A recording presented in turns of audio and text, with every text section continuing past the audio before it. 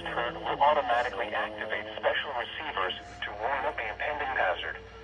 Reception of this broadcast and the warning alarm feature will vary with distance from the transmitter.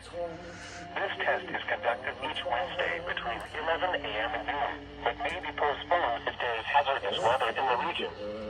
In that case, the test will be held on the first available good weather day. We now return to our regular programming.